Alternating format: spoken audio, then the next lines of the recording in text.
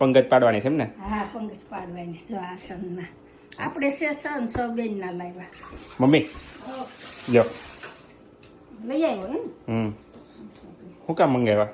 આમ કાલે મહેમાનનું જમવાનું છે તે આપણે ત્યાં વાસણ થોડા કોઈ બાર ડીશું હોય પછી ઘટે ને એટલે મેં કીધું લઈ આવીને બેન મહેમાન ઝાઝા આવવાના છે એમ ને? એટલે ઝાઝા મહેમાન હાટું જો સ્ટીલની અમારે અહીંયા પ્લાસ્ટિકની ઓલો પેપર ડીશનો રિવાજ પણ હંસાબાને ગમે ને એટલે હંસાબાઈ મંગાવી છે સ્ટીલની ડીશું વાટકા કે સ્ટીલની ડીશું વાટકામાં જ મહેમાનને જમાડવાના. પ્લાસ્ટિકમાં નથી ગમતું એવું થાય ઊંધું નીચે કલરની ઊંધું ઓલું થાય પલ્લી જાય પેટમાં જાય એટલે કે તો સ્ટીલની ડીશ હોય ને તો વધુ સારું. એટલે સ્ટીલની ડીશું વાટકા આવી ગયા જો.